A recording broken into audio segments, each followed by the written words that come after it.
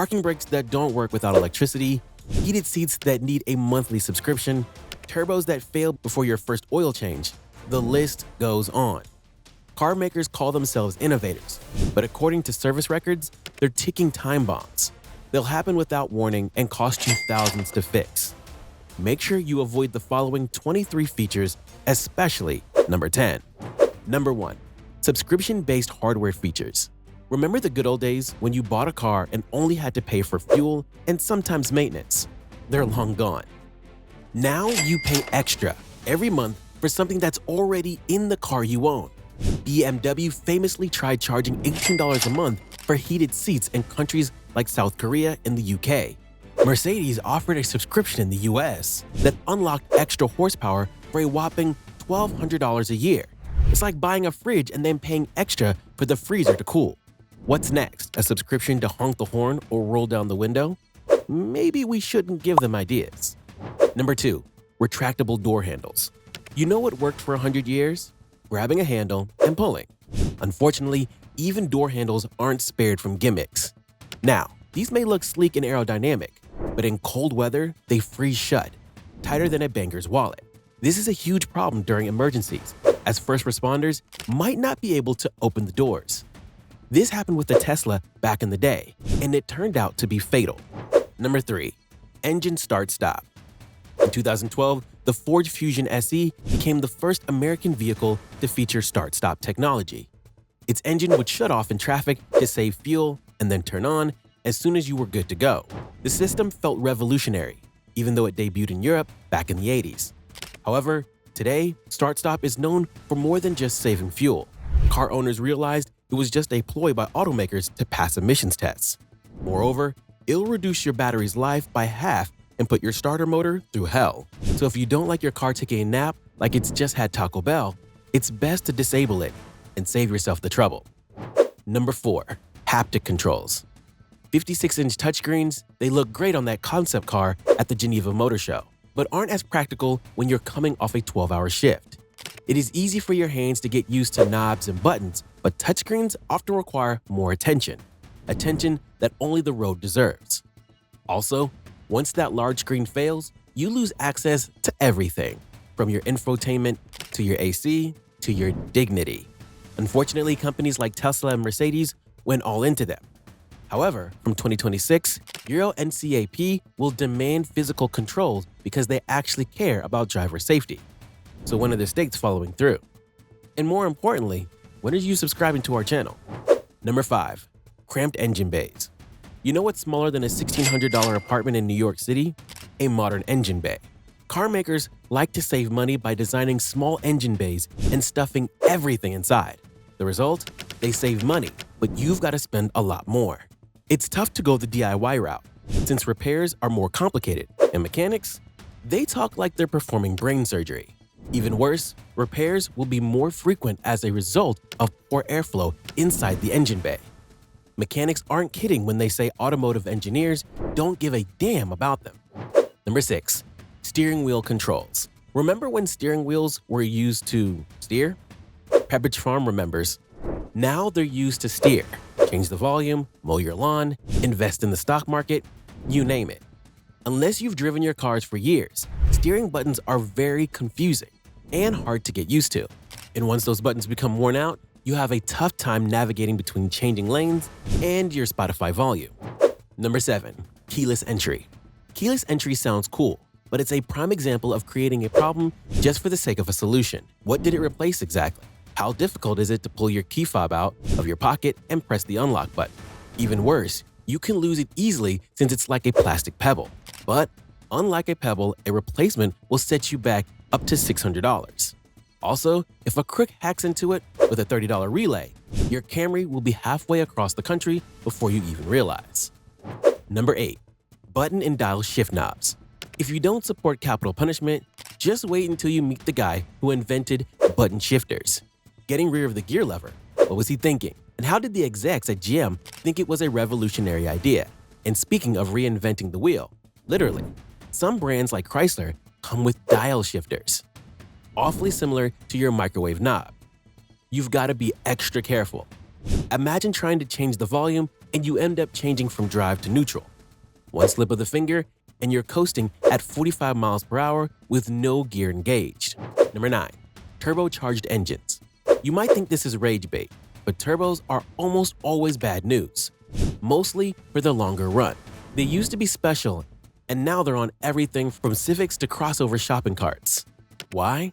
Because automakers need to meet efficiency regulations while still maintaining power.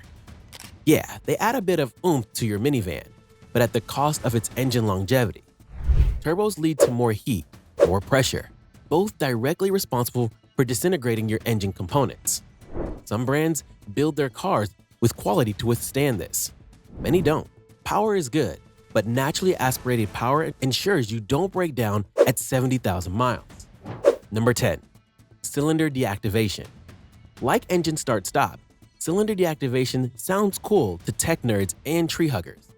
But real ones know that more moving parts equal more trouble.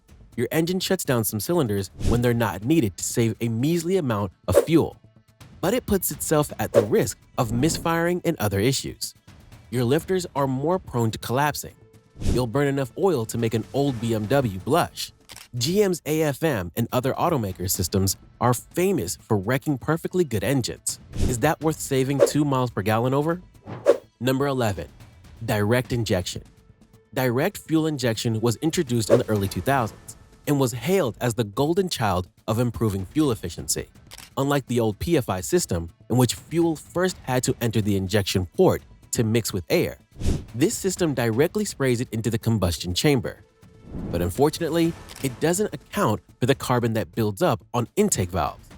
It skips the backwash that used to clean the valves, nor does it have an answer for reduced engine performance, and requires manual cleaning, which costs you more than a weekend in Vegas.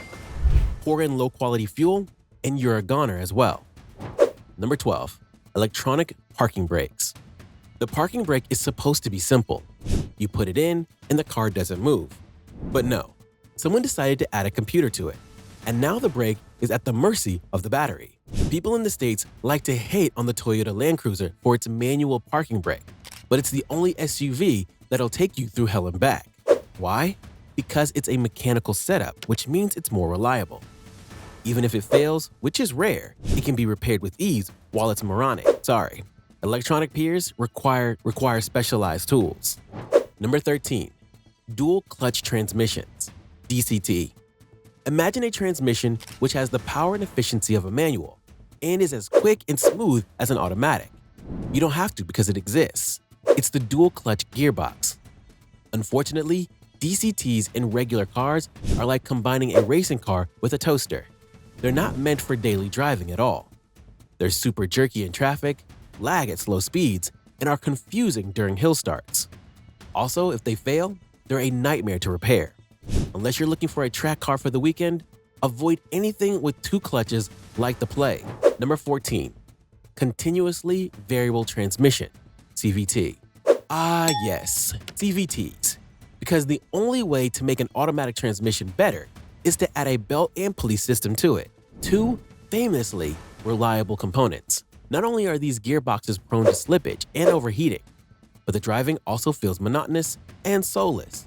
Even driving a nice car can become as engaging as a DMV pamphlet. CVTs are terrible in almost every way and deserve to walk the plank. Don't think so? Look up the lawsuits Nissan received over CVT. Number 15. Heated windshield wiper zone. They sound very cutting edge, but the reality is that they only heat a little patch near the base. Meanwhile, the blades themselves are still frozen solid, like they've been dipped in liquid nitrogen. It's like giving your car a heated blanket and then only warming the fringe. And if sorry, when they fail, you're looking at a repair bill higher than Elon Musk on the Joe Rogan Experience. Additionally, you can forget the DIY route because some setups don't work with aftermarket replacements. Number 16. Air suspension. You've probably seen those videos on Instagram comparing the air suspension on luxury cars. Not only do they look cool, but just imagine how smooth the ride must be. While you're at it, imagine a single leak collapsing the entire setup. Now your $70,000 German SUV is riding lower than Herbert the Pervert's dog. And when the compressor dies, your repair bills will rival medical surgery. Bottom line, is that it's not just worth it past 50,000 miles. Speaking of suspensions, do you know about the 11 suspension secrets your mechanic is hiding from you? They can save you thousands of dollars in repairs. Number 17, glass roofs. Glass roofs on cars? Aesthetic, right? But what does it feel like when your car has one? Well, it's like being under a large magnifying glass under sunlight. Think your leather seats are hot now? Try them under a glass roof in the summer. These roofs trap heat in your car like a greenhouse. Not only do they make your AC work overtime, they can easily be damaged and are not cheap to fix. Let's not even think about the rollovers or any trees falling on the car here. Not to mention that they're heavier than your standard roof, so they ruin performance as well. Traditional metal roofs with embedded sunroofs are superior in every way. Number 18, ambient lighting.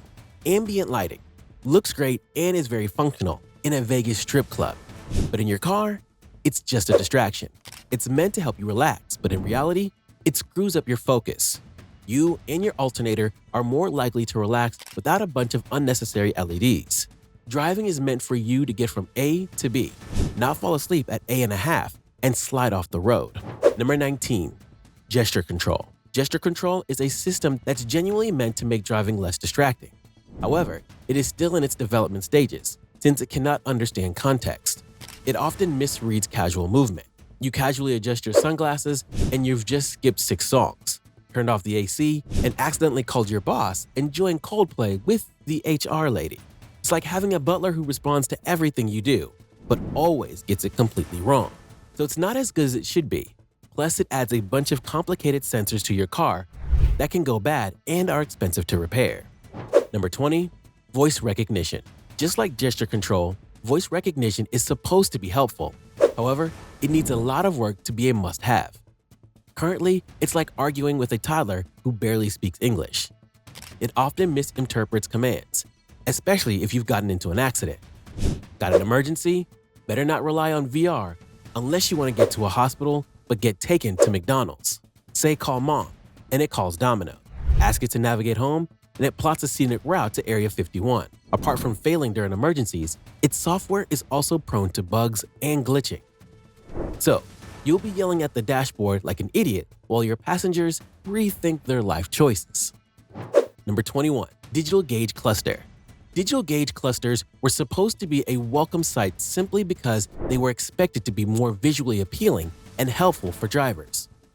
We were promised sleek graphics, endless customization, and useful data. Instead, we got a full-blown space opera in the dashboard. As time went on, these clusters quickly turned the cockpit into the inside of the Death Star. You want to check your speed?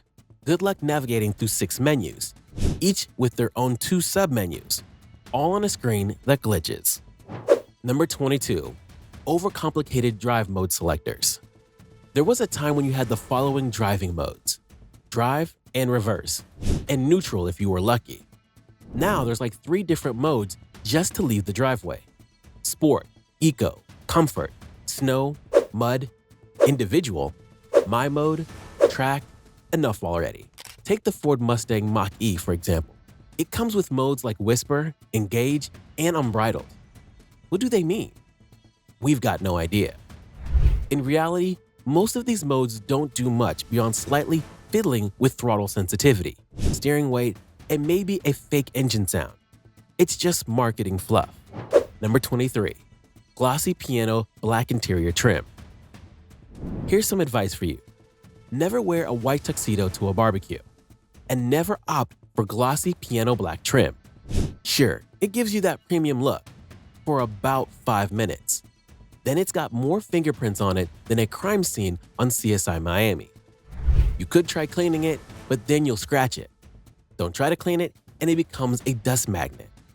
A prime example of not all that glitters is gold. It just might be cheap plastic coated in shiny gloss. Today's cars have more tech than the International Space Station, but unlike the ISS, they don't have astronauts on standby to fix it as soon as it breaks. You need to be careful as to which features you'd like to have in your car. Otherwise, your wallet will become collateral damage. Thank you for watching. Until next time, see you on the road.